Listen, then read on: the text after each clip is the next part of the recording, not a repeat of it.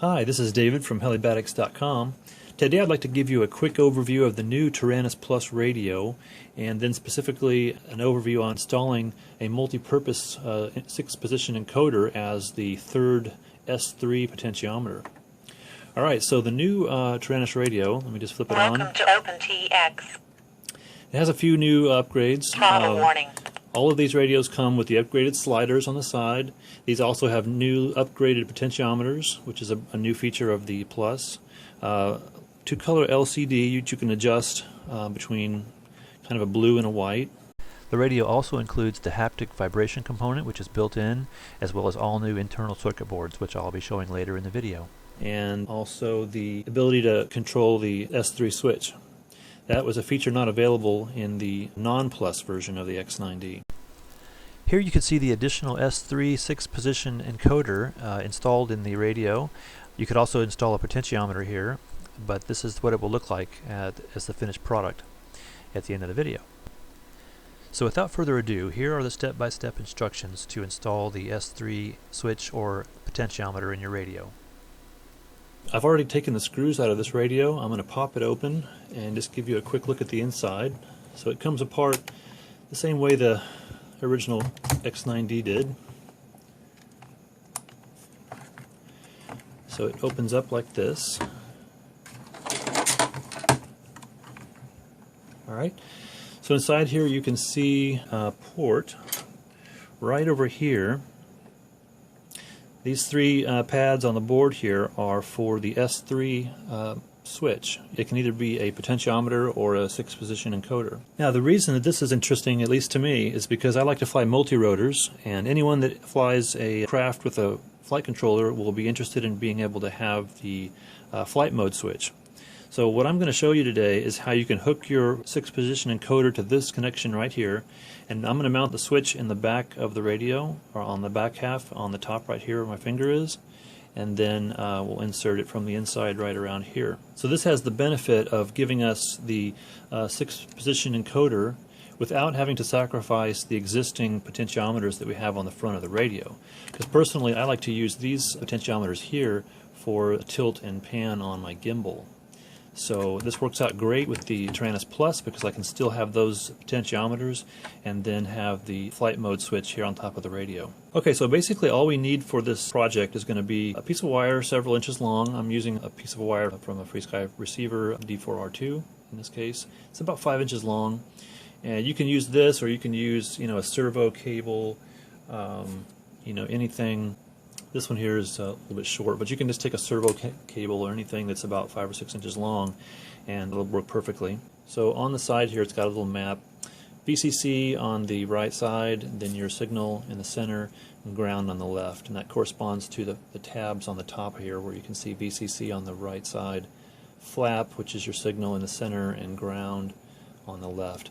And be very careful when you solder your wires to these that you don't pull on them, because they're very easy to pull off of the fiberglass. So if you solder your wire on and then tug it upward, you're very likely to pull these right off of the board. So just be gentle with it and be conscious of that.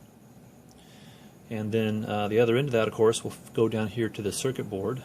So right there where it says K2 is where we're going to solder the other end of the wires.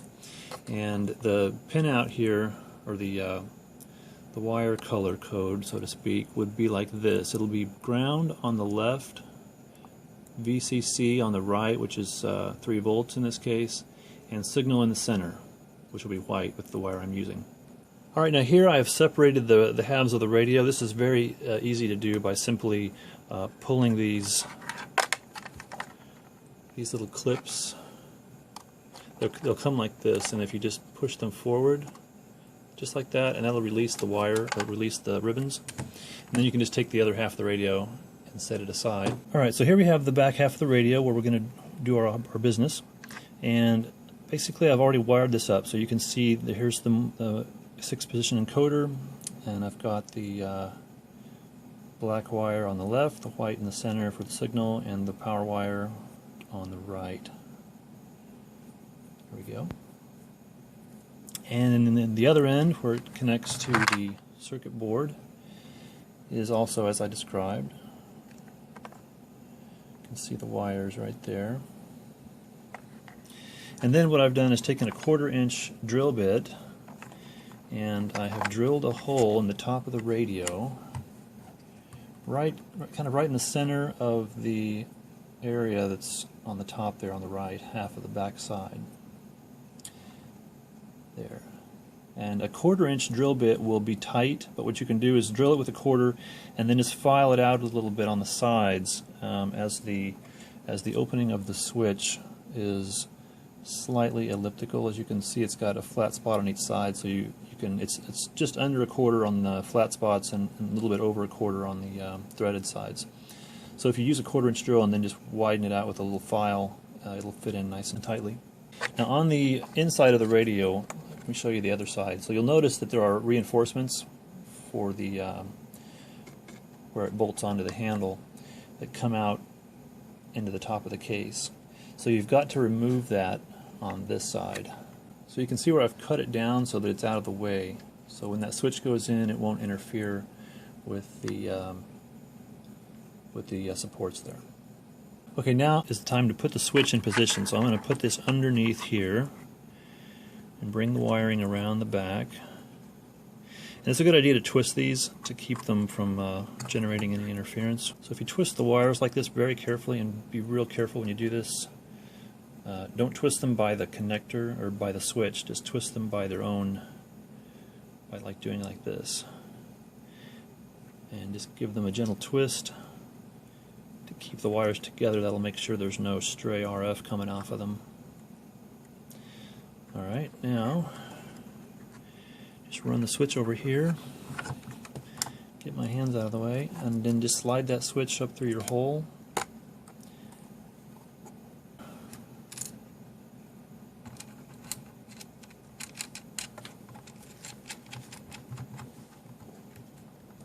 Alright, here we are. I've got the switch back in the radio.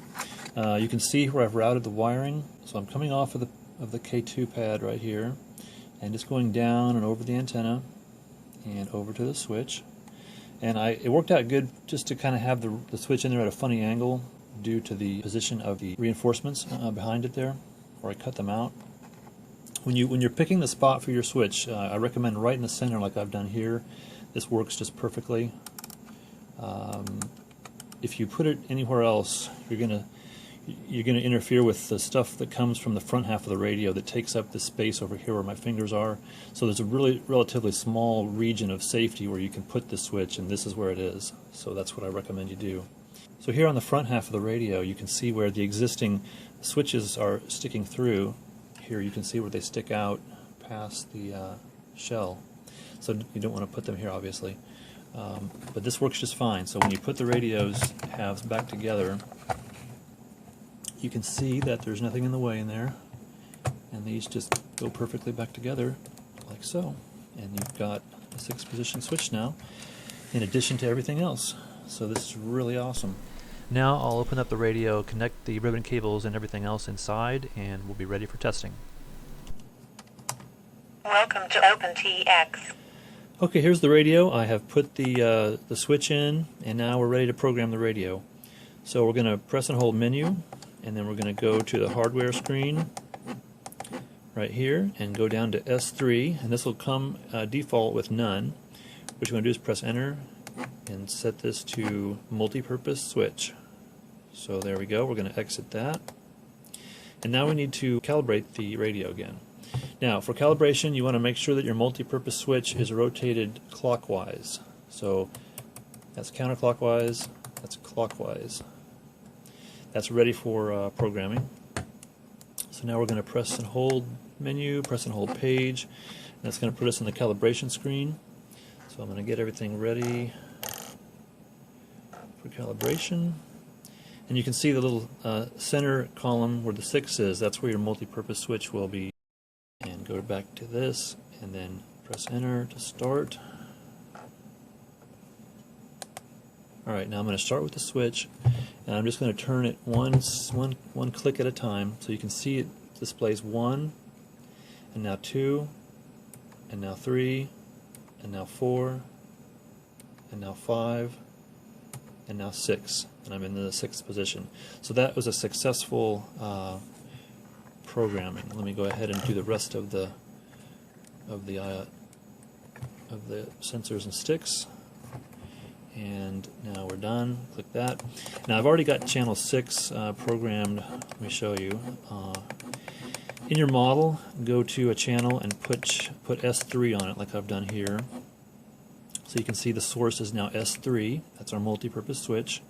And weight 100. You can tweak these if you need to, but this will be good enough for the demonstration. Now I'm going to go back to pressing page until I get to the channel monitor. Now here you can see channel 5, we've got minus 100. That's with the switch in the clockwise position. Now if I go back one, you see minus 60, then minus 20, then plus 20, plus 60, and plus 100. That is the desired outcome. If you do not get this when you switch from one position to the next, then something has probably gone wrong in your calibration, and you'll want to do that step again. And there we have it. We have a modified Taranis with an extra multi-purpose switch on the top. Hope you enjoyed that. If you have any questions, please let me know in the comments or email me on helibatics.com, and I'll do my best to answer your questions.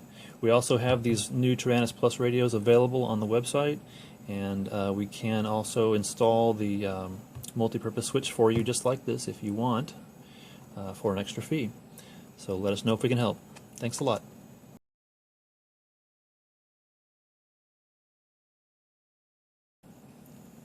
Now when calibrating a multi-purpose switch, it's very important that you turn the switch somewhat gingerly as you go through the calibration process. If you open the switch, if you turn it too slowly and it goes open, or you turn it too fast and you jump from one setting to the next, then the calibration routine will not think you have 6 positions, or it may think you have more than 6 positions. So it's critical that it be turned carefully as you program it. And in the worst case scenario, the radio itself will actually change the switch back to none for the S3 switch, in which case you'll have to go back into the firmware and go back to the hardware screen and check and see, and it'll either change it back to none, or it'll change it to pot with detent or pot.